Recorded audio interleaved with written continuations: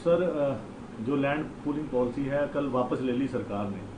आप लोगों ने भी प्रोटेस्ट किया कई जगह पे, और अकाली दल ने भी किया, बीजेपी ने भी किया, किसानों ने भी किया। तो इस फैसले के ऊपर क्या कहना चाहेंगे आप, किस तरह से लगता है? देखो, ये फैसला ही गलत था, क्योंकि जो चीज़ पंजाब के हित में नहीं है।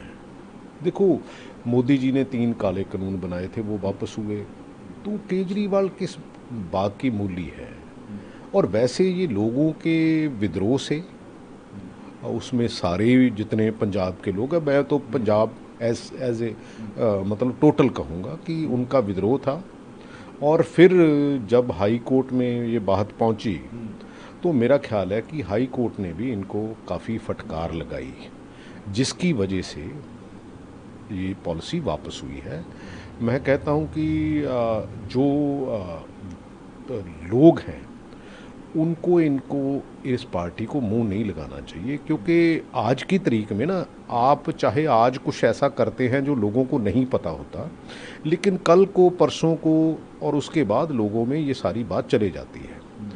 ये सब समझते हैं कि बीजेपी क्या करती है, बीजेपी की बी टीम क्या करती है, कौन कौन सा इसमें कॉरपोरेट सेक्टर है जो पंजाब की ज़मीनों के ऊपर नज़र रख रहा है।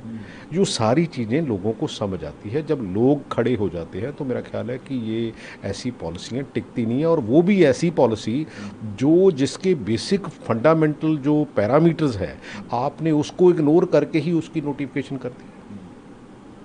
तो क्या लगता है, बहुत बड़ी आपको लगता नहीं, है? बहुत बड़ी हार है। मेरा ख्याल है कि ये तो फ़ायदे गिनाने में लगे हुए थे हाँ, ना, जो दिल्ली से लोग भी आए थे, इनके सब बड़े। एमएलएज भी थे। और मैं तो इनके एमएलएज और मिनिस्टर को पता नहीं, क्योंकि इन्होंने पता नहीं आने वाले समय में इलेक्शन लड़नी है कि नहीं लड़नी है। इनको इतनी बात समझ नहीं है कि आप पंजाब की पल्स नहीं समझते। अगर पंजाब की पल्स नहीं समझते, तो मेरा ख्याल है कि आपकी समय से पहले छुट्टी हो जाएगी।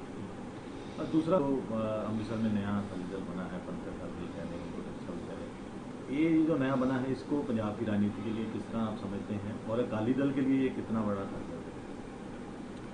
देखो, सच्ची बात तो ये है कि इतने अकाली दल बनने अपने आप में एक हमारी मानसिकता दर्शाते हैं कि हाँ भी, हम कितने डिवाइडेड हैं।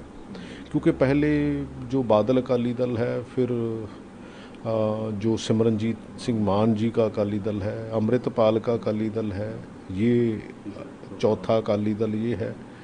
एक आधा और भी कहीं ना कहीं रजिस्टर्ड होगा। सो इससे ये लगता है कि जो ताकतें पंजाब को बढ़ना नहीं देखना चाहती, आप उसके बहकावे में आके आप इतने अकाली दल बनाओगे, तो आप पंजाब की बात कैसे करोगे?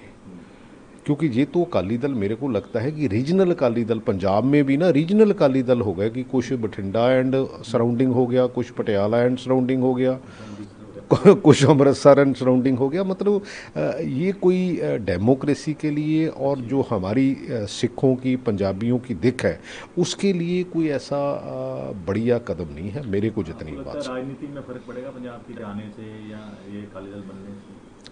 हाँ, फ़र्क तो पड़ेगा, डेफिनेटली पड़ेगा। क्योंकि क्योंकि अकाल तख्त साहब ने ये हुक्म दिया था हम्म। कि आप इसकी भर्ती करके, और उसमें पता नहीं क्यों सुखबीर सिंह बादल जो है वो इनको मानने को तैयार नहीं थे। मेरा ख्याल है कि अगर कई बार इंटेलेक्चुअल लोगों से बात होती है, अगर वैसे इकट्ठी भर्ती भी होती, हम्म। तो ये बेहतर होना था हम्म। अकाली दल के लिए, और उसके बाद भी अल्टीमेटली शायद सुखबीर बादल ही प्रेसिडेंट बन जाते। पर अब सुखबीर बादल के लिए कितना समझते हैं आप, इतनी इकट्ठा है नहीं, से देखो, ज्यादा? ये इकट्ठे तो हो नहीं सकते, हम्म। क्योंकि स्पेशली जो ज्ञानी हरप्रीत सिंह जी जब जथेदार थे, तब उनके ऊपर इतने अनशन लगाए गए, उनको करेक्टर, उसकी करेक्टर असैसिनेशन की गई। मेरा ख्याल है कि उस पोस्ट के लिए अब ये जो मर्जी कह लें, क्योंकि now he is a president of one of the Akali Dal. हम्म। जो अकाल तख्त साहब ने हुक्म दे के 5 मेंबरी कमेटी की भर्ती के बाद हम्म। जो है वो ड्यू डेमोक्रेटिक सेटअप से बनाया है, हम्म। उसमें मेरा ख्याल है कि जो इनका चोन निशान है, जो सिंबल है, उसकी भी कहीं ना कहीं प्रॉब्लम आएगी, क्योंकि वो तो किसी ड्यू प्रोसेस से शायद नहीं है। तो ये अकाली दल तो एक ड्यू प्रोसेस से बनाया गया है, जिसके ऊपर अकाल तख्त साहब का कहीं ना कहीं स्टैंप लगी हुई है।